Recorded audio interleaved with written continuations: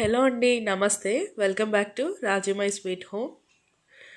So morning లేచిన తర్వాత ఇవాళ కొంచెం థ్రోట్ ఇన్ఫెక్షన్ అలాగే జలుబు ఇవన్నీ ఉన్నాయన్నమాట. అందుకని చెప్పి నేను కొంచెం తులసి ఆకులు ఇంకా తమలపాకు వీటిని కొంచెం వాటర్లో వేసి బాగా మరిగించి కొంచెం కషాయం టైప్లో అనమాట. సో తాగుతున్నాను. మా వారికి యాజ్ యూజువల్ కాఫీ కలిపి ఇచ్చేసాను. సో ఇప్పుడు 1 వీక్ నుంచి కాఫీ అయితే తాగట్లేదు. నాకు అసలు తాగాలని అనిపించట్లేదు. అలాగే గొంతు బాగా నొప్పిగా ఉంటుంది. అందుకని చెప్పి కొంచెం రిలీఫ్ కోసం కషాయం అయితే తాగాను. ఆ తర్వాత లక్కీకి హెచ్పివి వ్యాక్సిన్ వేయిద్దామని డాక్టర్ దగ్గర తీసుకొచ్చాము. సో లక్కీ ఫుల్గా ఏడుస్తుంది. చిన్నప్పటి నుంచి దానికి ఇంజెక్షన్ అంటే భయం. సో అందుకు వాళ్ళ నాన్నేమో ఊరుకోబెడుతున్నారు. ఇంకా ఈ వ్యాక్సిన్ అయితే 6 months గ్యాప్తో 2 డోసులు తీసుకోవాలన్నమాట. ఇవాళ ఒక డోస్ తీసుకుంటే మళ్ళీ ఇదే డేట్కి 6 months తర్వాత సెకండ్ డోస్ తీసుకోవాలి. 9 years నుంచి 15 years వరకు ఉండే పిల్లలందరూ 21 years ఉండే పిల్లలందరూ కూడా తీసుకోవడం చాలా ఇంపార్టెంట్. అంటే స్టార్ట్ అవుతుంది కాబట్టి పెళ్లి కాకముందే తీసుకోవడం చాలా మంచిది. సో 9 years నుంచే స్టార్ట్ అవుతుంది కాబట్టి 9 years నుంచి రాకుండా అందరికీ వేయడం చాలా ఇంపార్టెంట్. అంటే ఉమెన్స్కే కాబట్టి ఇది సర్వికల్ క్యాన్సర్ ఇవి రాకుండా ఉంటాయి. ఎవరైనా వేయించుకోవాలంటే 9 years కంప్లీట్ అయిపోయిన వాళ్ళు ఒకసారి వెళ్ళి డాక్టర్ దగ్గరికి వెళ్తే వాళ్ళు చెప్తారు. సో మనకైతే ఆప్షన్ లేదు, మనం కూడా వేయించుకోవచ్చు. కాకపోతే కొంచెం బెనిఫిట్స్ తక్కువ ఉంటాయి. వాళ్ళకి ఏంటంటే చాలా మంచిది, ఇంకా రాకుండా ఉంటుందన్నమాట. అలా డాక్టర్ దగ్గరికి వెళ్ళి వ్యాక్సిన్ అది వేయించేసి వస్తూ ఉంటే కొన్ని గ్రోసరీస్ అవి తీసుకుని వచ్చాము. ఆ తర్వాత కుండలు తీసుకున్నాను. సమ్మర్ వస్తుంది కదా, ఫ్రిడ్జ్లో వాటర్ కాకుండా కుండలో పెట్టుకుని తాగితే బాగుంటుంది కదా. ఎన్నో ఇయర్స్ నుంచి కొనుక్కుందాం అని అనుకుంటున్నాను, కానీ ఎప్పుడు అలా నెగ్లెక్ట్ చేస్తూ వస్తున్నా అనమాట. పర్టికులర్ రీజన్ ఏం లేదు, కానీ చూద్దాంలే తర్వాత చూద్దాంలే అని అనుకుంటున్నాను. ఫైనల్గా ఇవాళ అయితే తెచ్చుకున్నాను. సో దీని అయితే బాగా వాటర్ వేసి నానపెడుతున్నాను. బకెట్లో ఏకంగా దించవచ్చు, తర్వాత బకెట్లో పెడతాను. సో ఫస్ట్ అయితే వాటర్ అంతా పట్టేస్తున్నాను. ఆ తర్వాత ఇంకో చిన్న కుండ టైప్లో ఉండే బౌల్, అంటే పెరుగు తోడు పెట్టుకోవడానికి అలాగే చిన్న చిన్న రసం అవి చేసుకోవడానికి బాగుంటుందని ఇంకొక కుండ కూడా తీసుకున్నాను, గిన్నె టైప్లో ఉండేది. సో రెండు కలిపి నాకు 300 పడింది. ఏ కుండ అయినా కూడా కొత్తగా తెచ్చిన వెంటనే మనం వాడేయకూడదు కాబట్టి కొంచెం వాటర్లో బాగా ఒక 24 hours అయితే దీన్ని నానబెట్టాలి. ఆ చిన్న కుండను కూడా అంతే, ఒక రోజంతా నానబెట్టేసి తర్వాత దాన్ని సీజనింగ్ చేయాలి. అయితే ఇక్కడ ఈ మంచినీళ్ళ కుండ తీసుకున్నప్పుడు ఏమైందంటే దానికి ఒక చిన్న కన్నం ఉంది కిందన, నేను చూసుకోలేదు. వాళ్ళు వాటర్ వేసే ఇస్తారు కానీ వాళ్ళ దగ్గర ఏమీ అనిపించలేదు నాకు. అది కూడా ఇంటికి వచ్చిన తర్వాత ఆ చిన్న హోల్ అయితే కనిపించింది. వాటర్ అలా చిన్న దారగా వచ్చేస్తుంది అనమాట కిందకి. సో మళ్ళీ వెళ్ళి మార్పించుకుని అయితే తీసుకొచ్చాను. నెక్స్ట్ డే తీసుకొచ్చాను, ఆ క్లిప్ అయితే యాడ్ చేయలేదు. ఇంకా దీంట్లో అయితే చిన్న చిన్న పప్పులు కానీ రసాలు కానీ లేదా పెరుగు కానీ తోడు పెట్టుకోవచ్చు అని చెప్పి అది తీసుకున్నాను. మూకుడు టైప్లో ఉండేవి కూడా ఉంటాయి కదా మనకి, కడాయిలాగా. అవి చూసాను కానీ ఎక్కడ నాకు కనిపించలేదు. ఒకటో రెండో పీసులు ఉన్నాయి అంతే, బట్ అవి బాగోలేదు. ఇంకా ఇవాళ కొంచెం ఫేవరిష్గా అనిపిస్తుంది, థ్రోట్ పెయిన్ ఇవన్నీ ఉన్నాయని చెప్పి పెద్దగా వంట ఏం చేయలేదు. సో పులావ్ అయితే చేసేస్తున్నాను. ఒకటే రెసిపీతో ఈజీగా అయిపోతుంది కదా, అందుకు. లక్కీకి నాకు స్టార్ట్ అయింది. ఇప్పుడు లక్కీకి తగ్గింది, నాకు స్టార్ట్ అయింది. ఇప్పుడు మా వారికి కూడా వచ్చింది. ఇంట్లో ఒకరికి వస్తే చాలు అందరం సిక్ అవుతాం ఖచ్చితంగా, ఒక 1 week 2 weeks గ్యాప్తో. ఇంకా ఇక్కడ వెజిటబుల్స్ అన్నీ కూడా కొంచెం ఆయిల్ గీలో వేయించేసి అందులో కొంచెం అల్లం వెల్లుల్లి పేస్ట్, గరం మసాలా అంటే అదే ఎవరెస్ట్ షాహీ బిర్యానీ మసాలా ఉంది కదా, సో దాన్ని అయితే వాడుతున్నాను. అది చాలా బాగుంటుంది, తక్కువ రేటు, ఇంకా చాలా బాగుంది మసాలా ఫ్లేవర్ అదంతా కూడా బాగుందని చెప్పి ఇన్స్టెంట్గా ఉంటుంది, అది తీసేసుకున్నాను. మామూలుగా అయితే ఇంట్లోనే నేను పొడి కొట్టి ఉంచుతాను. అన్ని హోల్ గరం మసాలాలు ఉంటాయి కదా, ధనియాలు, కొంచెం దాల్చిన చెక్క, లవంగాలు, మొగ్గ ఇలాంటివన్నీ కలిపి చేస్తాను అనమాట. కానీ ఇప్పుడు ఇంట్లో అయితే లేదు కాబట్టి ఇన్స్టెంట్ది షాహీ మసాలాను అయితే వాడుతున్నాను. సో ఇంకా రైస్ వేసేసి మసాలా వాటర్ అన్నీ వేసేసాను. ఇంకా ఇందులో అయితే పన్నీర్ యాడ్ చేస్తున్నాను. ఇది లాస్ట్లో వచ్చింది ఐడియా. సో లక్కీకి మొన్న డాక్టర్ దగ్గర తీసుకెళ్తే డి విటమిన్ బాగా లోపం ఉందన్నమాట, డెఫిషియన్సీ ఉందన్నారు నాకు ఇంకా దానికి. సో పన్నీర్ అవి ఎక్కువ తినమంటున్నారు, మష్రూమ్స్, పన్నీరు. అలాగే సన్లో ఖచ్చితంగా సన్లైట్లో ఉండమంటున్నారు. ఇంకా ఇవాళ అయితే చాలా తొందరగా అయిపోయింది పులావు. సో తినేసి కొంచెం సేపు రెస్ట్ తీసుకున్నాను. మధ్యాహ్నం డోలో అవన్నీ వేసుకున్నాను, ఇంకా జ్వరం అది ఉందని చెప్పి. ఆ తర్వాత ఈవినింగ్ లేచిన తర్వాత మళ్ళీ థ్రోట్ బాగా పెయిన్ వస్తుంది, అసలు ఏం తినబుద్ధి కావట్లేదు. అలాగే గుటకేస్తుంటే బాగా నొప్పి వస్తుంది అనమాట. ఇంకా మా అమ్మగారేమో కషాయం చేసుకుని తాగమన్నారు. యాక్చువల్గా ఈ కషాయం ఎప్పుడు తాగండి, ఎందుకంటే బాగా ఓవర్ హీట్ చేస్తుంది బాడీకి. బట్ గొంతు నొప్పి భరించలేక తాగాను. సో కొంచెం మిరియాలు అలాగే చిన్న అల్లం ముక్క తీసుకుని బాగా కొంచెం కచ్చపచ్చగా దంచేసి అందులో వాటర్ వేసుకుని బాగా మరిగించాలి. ధనియాలు కూడా వేస్తారు మా అమ్మగారు ఇందులో, ఒక స్పూన్ ధనియాలు కూడా వేసి దంపేసి ఆ తర్వాత ఇందులో వాటర్ వేసి మరిగిస్తారు.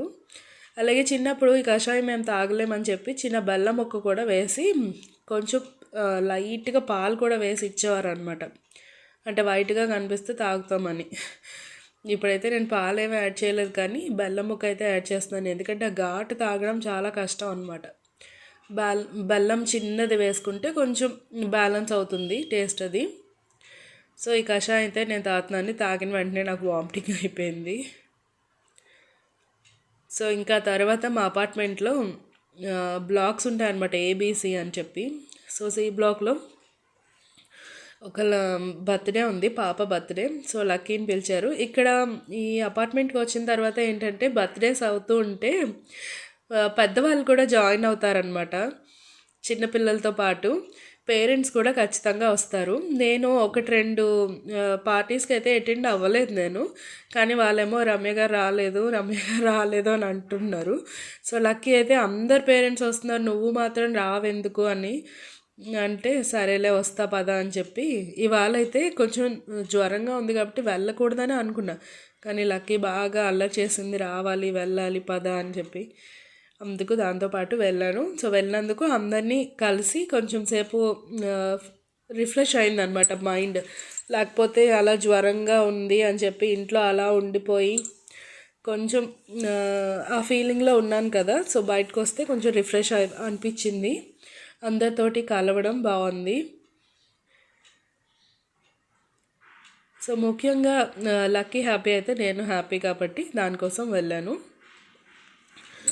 ఇంకా ఇంటికి వచ్చేసరికి మీషో ఆర్డర్ వచ్చింది. సో మీషోలో నేను ఇంతకుముందు ఒక 1 వీక్ 2 వీక్స్ ముందు అనుకుంటా ఈ లైవ్ ప్లాంట్స్ అనేవి బుక్ చేశాను. సో 250 అలా పడింది రెండు కలిపి. ఏంటి అంటే లక్కీ బ్యాంబూ ఉంటుంది కదా, అది ఒకటి, అలాగే మనీ ప్లాంట్ ఒకటి చిన్నది బుక్ చేశాను. అంటే ఇండోర్ ప్లాంట్స్గా మన ఇంట్లో పెట్టుకోవడానికి బాగుంటుంది కదా, అందుకు.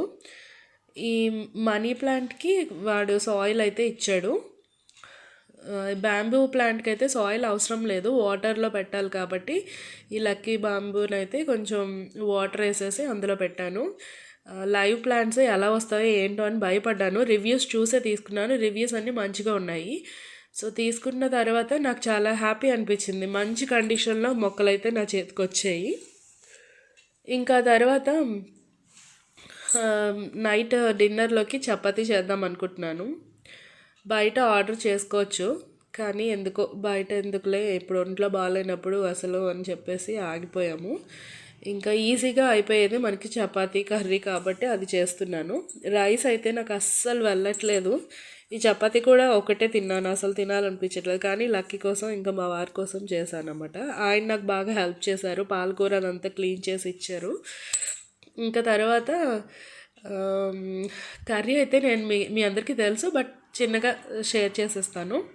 కొంచెం అల్లం వెల్లుల్లి పేస్ట్ ఎప్పుడు నేను స్టోర్ చేసి పెట్టానండి. అల్లం వెల్లుల్లి పేస్ట్ ఎందుకో స్మెల్ కూడా నచ్చదు స్టోర్ చేస్తే.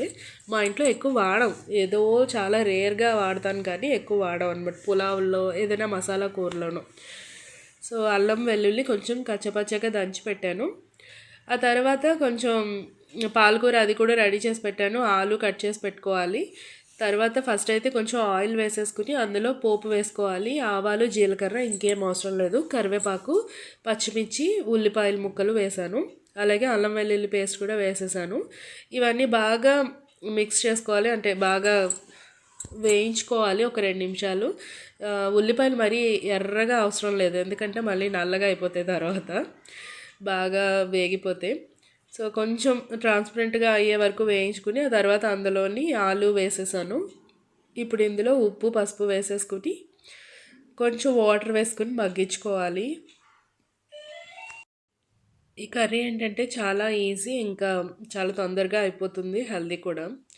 ఇప్పుడు కొంచెం సేపు ఒక 5 మినిట్స్ అలా మగ్గించామంటే చక్కగా ఆలు అంతా కుక్ అయిపోతుంది. ఇప్పుడు ఇందులో మిగతా మసాలా ఇంగ్రీడియంట్స్ అన్నీ వేసుకోవాలి. కారం, ధనియాల పొడి, అలాగే జీరా పౌడర్, కొంచెం గరం మసాలా, అంతే, ఇంకా పెద్దగా ఏం వేయలేదు. ఆమ్చూర్ పౌడర్ ఇవన్నీ కూడా వేసుకుంటారు కానీ నేను ఎప్పుడూ యూజ్ చేయను.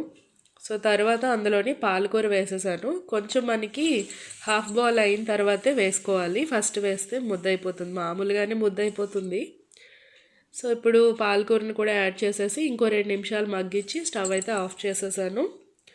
కర్రీ అయితే చాలా బాగుంది, ఇంట్లో అందరూ ఎంజాయ్ చేశారు. ఇంకా ఫైనల్గా దాంట్లో అయితే కొంచెం కొత్తిమీర యాడ్ చేస్తున్నాను. కస్తూరి మేతి కూడా వేసుకోవచ్చు, కానీ ఇంకా పాలక్ ఆలు కదా, పాలకూర ఫ్లేవర్ని అది డామినేట్ చేస్తుంది అనిపించి నేను కస్తూరి మేతి అయితే వేయలేదు. సో ఆలు మేతి కూడా సేమ్ ఇలాగే చేస్తాను, అది కూడా చాలా బాగుంటుంది. పూరి ఇంకా చపాతీలోకి, రైస్లో కూడా బాగుంటుంది. సో ఇలా నా 6 డే అయితే కంప్లీట్ అయింది. ఒక్కొక్కసారి ఇలాగే ఉంటుంది కదా, మనకి వంట ఏం చేయాలనిపించదు, ఒంట్లో కొంచెం బాగాలేక నీరసంగా ఉన్నప్పుడు. సో ఏదైనా సింపుల్గా అయిపోతే బాగుండు అనిపిస్తుంది. థ్యాంక్ గాడ్ నాకేంటంటే మా ఇంట్లో కొంచెం హెల్ప్ చేస్తారు కాబట్టి నాకు ప్రాబ్లం లేదు. హెల్ప్ కూడా లేకుండా అన్నీ మనమే చేసుకోవాలి సిక్ అయినప్పుడు కూడా అంటే చాలా కష్టం కదా. సో నా 6 డే అయితే ఇలా కంప్లీట్ అయింది. జ్వరం, జలుబు అవన్నీ ఏవైనా భరించగలం, కానీ గొంతు నొప్పి వస్తే కొంచెం నేను తట్టుకోలేను అసలు. గుటకేసుకున్నా కూడా మనకి బాగా నొప్పి వస్తూ ఉంటుంది కదా, సో కొంచెం కష్టం అనమాట. సో ఈరోజు అయితే ఇలా గడిచింది. నాకైతే వాయిస్ ఓవర్ ఇవ్వడానికి కూడా గొంతు అసలు సహకరించట్లేదు, చాలా చికాగ్గా ఉంది. సో ఇవైతే మా ఇంట్లో పూసిన మందార పూలు, చూసారా ఎంత మంచిగా పూసాయి, ఒకేసారి 4 పూసాయి అనమాట. సో చాలా బాగుంది చూడడానికి, అందుకే నేను మీతో షేర్ చేస్తున్నాను. సో ఈ వీడియో మీకు నచ్చితే లైక్ చేయండి, అలాగే రాజీపై స్వీట్ హోప్ని సబ్స్క్రైబ్ చేసుకోండి. మరొక మంచి వ్లాగ్తో మళ్ళీ కలుస్తాను. Bye bye.